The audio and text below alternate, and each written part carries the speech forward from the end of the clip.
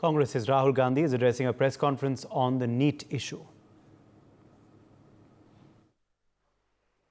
नमस्कार, कैसे हैं आप लोग? ठीक हैं? गर्मी काफी है। हाँ?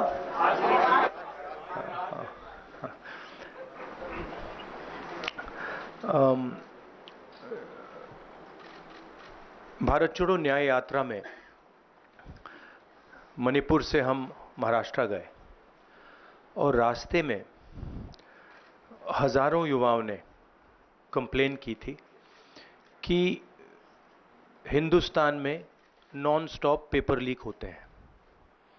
और आज आप सबको मालूम है कि NEET paper and UGC NET के जो पेपर्स हैं वो लीक हुए हैं और एक कैंसिल भी हुआ है। कहा जा रहा था कि नरेंद्र मोदी जी ने यूक्रेन की लड़ाई रोक दी थी। मतलब एक ऑर्डर देके जो रूस और यूक्रेन के बीच में लड़ाई चल रही थी उसको रोक दिया था, ब्रेक लगा दी थी। इजराइल और गाजा के बीच में जो लड़ाई चल रही थी उसको भी नरेंद्र मोदी जी ने रोक दिया था। मगर किसी ना किसी कारण जो हिंदुस्तान में पेपर लीक हो रहे हैं उसको नरेंद्र मोदी रोक नहीं पा रहे हैं या रोकना नहीं चाहते हैं। नुकसान स्टूडेंट्स का होता है। जो हिंदुस्तान के स्टूडेंट्स हैं, मैं जानता हूं कि आप इन एग्जाम्स के लिए महीनों सालों काम करते हो। ये आपका फ्यूचर है और आपके फ्यूचर से खिलवाड़ किया जा रहा है। मध्य प्रदेश में व्यापम हुआ और अब उस व्यापम को नरेंद्र मोदी जी और उनकी सरकार पूरे देश में फैलाने का काम कर रही है। मैं इंस्टीट्यूशनल कैप्चर की बात करता हूं, मीडिया की बात करी, अलग अलग हिंदुस्तान के जो संस्थाएं हैं उनकी बात की। यही एजुकेशन इंस्टीट्यूशंस में हो रहा है। पेपर लीक का कारण है कि सारे के सारे वाइस चांसलर्स, एजुकेशन सिस्टम को बीजेपी के लोगों ने, उनके पेरेंट ऑर्गेनाइजेशन ने कैप्चर कर रखा है। जब तक ये कैप्चर रिवर्स नहीं किया जाएगा तब तक पेपर लीक चलता जाएगा। इस कैप्चर को फैसिलिटेट नरेंद्र मोदी जी ने किया है और ये एक एंटी नेशनल एक्टिविटी है क्योंकि ये देश का भविष्य है और इससे हिंदुस्तान के युवाओं को, स्टूडेंट्स को जबरदस्त चोट पड़ती है। इंक्वायरी चल रही है, एक को आपने कैंसिल कर दिया है, अब पता नहीं दूसरे को कैंसिल किया जाएगा या नहीं किया जाएगा। बट कोई ना कोई तो इसके लिए जिम्मेदार है और उनको एकदम पकड़ा जाना चाहिए और उन पे एक्शन लिया जाना चाहिए। आपके कोई सवाल हो? साथियों, मैं गुजारिश करूंगा सवाल आपके इसी विषय पर। हाँ प्लीज। हाँ, sorry. When I went on my Bharat Jodo Yatra, the second one, throughout the route, students were telling me that paper leaks are endemic in India. They study, they work hard, honest students suffer, and students who want to cheat benefit. And this was repeated again and again and again and again. Now we are seeing an expansion of the idea of Vyapam across the country. BJP states have had to deal with this. Uttar Pradesh has had to deal with this. Madhya Pradesh has been a center of this. Gujarat has been a center of this. And now they have expanded this idea to the rest of the country. This is extremely damaging to students, and it's happening because all our institutions have been captured. our vice chancellors are placed not based on merit, but because they belong to a particular organization. And this organization and the BJP have penetrated our education system and destroyed it. What was done by Mr. Narendra Modi to the economy with demonetization has now been done to the education system. Youngsters, I want you to know that the reason this is happening and the reason you're suffering is because an independent, objective education system has been demolished, and it has been replaced by an education system that is captured by the BJP, captured by their parent organization. And until this capture is released, you are going to suffer. You're going to see cancellations of your exams. You're going to see paper leaks again and again and again. One paper has been cancelled. We don't know what is going to happen to NEET, but whatever happens, it should not be done in a arbitrary fashion. The rules that apply to one paper should apply to another paper. And it is very important that the people who are guilty here are brought to book and they are punished. Thank you.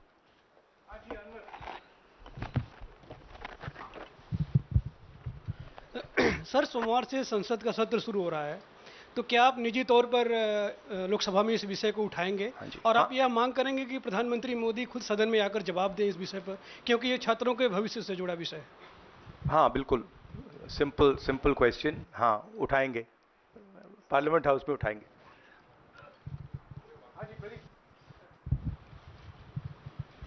Thank you sir. Rahul ji मैं इधर हूँ. सवाल ये है कि जो education system इस वक्त है और जिस तरीके से जो पेपर लीक हुए, जिसका आरोप भी आपने लगाया और जो सामने भी आया है, रद्द भी हुआ है कल परीक्षा, लेकिन सबसे बड़ा सवाल ये है कि बदलाव क्या होने चाहिए, वो बदलाव जो इससे परीक्षा लीक रुके, वो क्या आपके पास फार्मूला है? हमारे मैनिफेस्टो में हमने लिखा था, देखिए 2-3 चीजें हैं. सबसे पहले जो शिक्षा का सिस्टम है उसको एक संगठन ने कैप्चर कर रखा है. अपने लोगों को हर पोस्ट पे यही डालते हैं.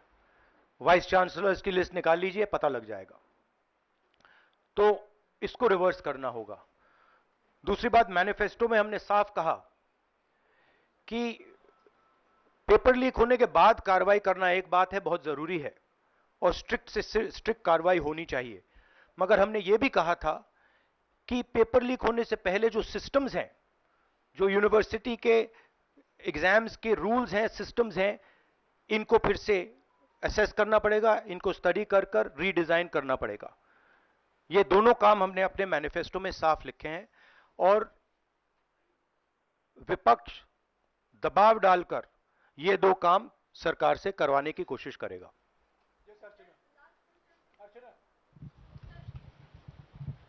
Rahul, do you think so? This is a education emergency, and till now, what is the stand? Government ने जितना भी stand लिया, do you satisfied with that stand? और सर मेरा दूसरा सवाल भी है, जिस तरीके से आप आज स्टूडेंट से मिल रहे हैं, आज let me answer the question. See, there is a huge pressure on our students, and the pressure comes from a number of directions. The first direction is the large scale unemployment that is there in the country. Everybody understands it, everybody knows it, and one of the reasons the government suffered in this election was that all youngsters believe that Mr. Modi is incapable of solving the employment problem. So that's the first thing. Second thing is there's huge pressure because of this, and there are very few avenues for students. In all areas, right? So you've cut off the job avenue. Now you're cutting off the exam avenue. You're saying, you can take an exam, you can study, you can work as hard as you want. On the last date, we're going to tell you that the exam is cancelled. So, that avenue is also shut. You've shut avenues like Agniveer.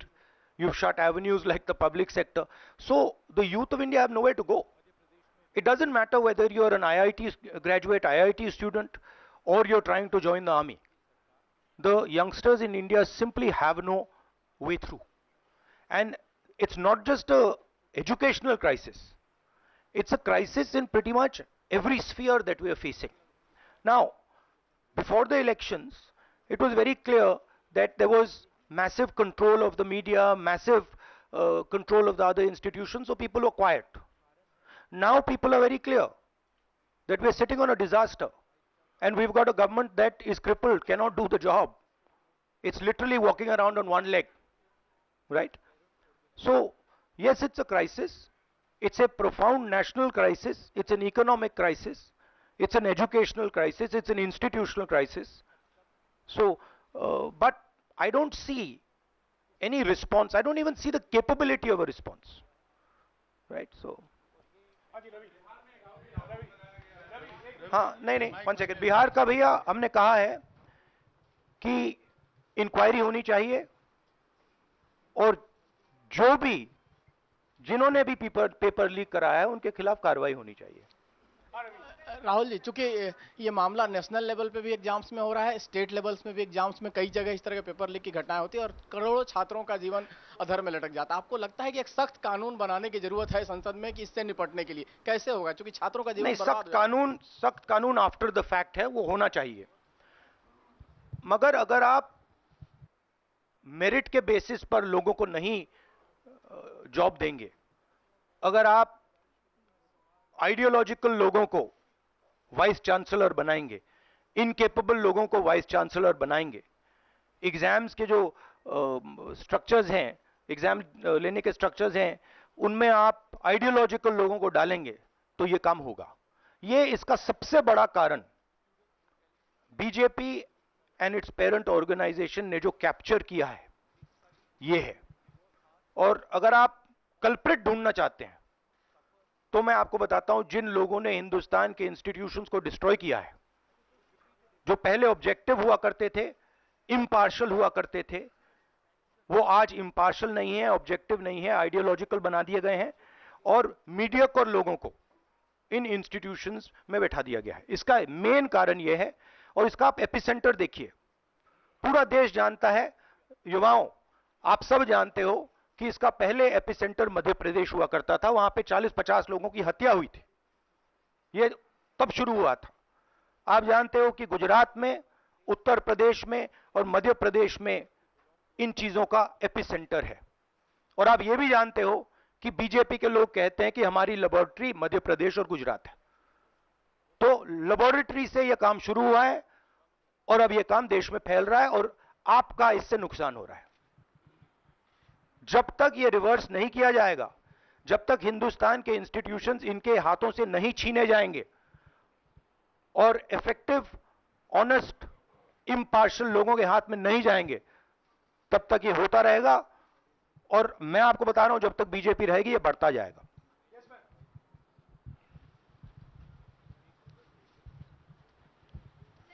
Sir, NTA के अंदर सारे exams आने लग गए हैं, NEET भी, net भी और इवन कॉलेज एडमिशन्स भी उसी पे हो रहे हैं। तो आपको लग रहा है ट्रांसपेरेंसी कहीं ना कहीं वहीं ख़त्म हो जा रही है, क्योंकि वो एक एजेंसी जो है वही सारा कंडक्ट करा रही है। तो आपने पार्लियामेंट में इस मुद्दे को उठाने को सोचा है कि एनटीए को कहीं ख़त्म करने की ज़रूरत है या बदलाव करने की ज़रूरत है? नहीं, देखिए, अगर हिंदुस्तान में बहुत सारे ऑनेस्ट लोग हैं, बहुत सारे ऑब्जेक्टिव लोग हैं, अगर ऑब्जेक्टिव लोगों को, ऑनेस्ट लोगों को आप ये काम दोगे, पेपर लीक नहीं होगा। अगर आप मीडियोकर लोगों को राजनीतिक बेसिस पे, आइडियोलॉजिकल बेसिस पे चुन के करोगे तो ये काम होगा। और ये मैं कह रहा हूं, दोहराता जा रहा हूं कि हर हिंदुस्तान की हर संस्था को कैप्चर कर रखा है, लीगल सिस्टम को, ब्यूरोक्रेसी को, इंटेलिजेंस एजेंसीज को, इन्वेस्टिगेटिव एजेंसीज को, एजुकेशन सिस्टम को।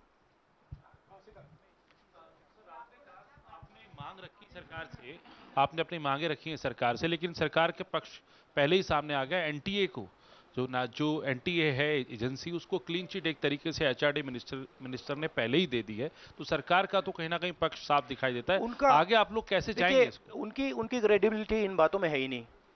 वो क्लीन चिट दें उसका कोई मतलब ही नहीं है, उनकी जीरो क्रेडिबिलिटी है। सब लोग जानते हैं कि एपिसेंटर मध्य प्रदेश, गुजरात एंड उत्तर प्रदेश। सबसे ज्यादा मेरी यात्राओं में सबसे ज्यादा पेपर लीक की बात यहीं आई थी, उत्तर प्रदेश में आई थी, मध्य प्रदेश में आई थी।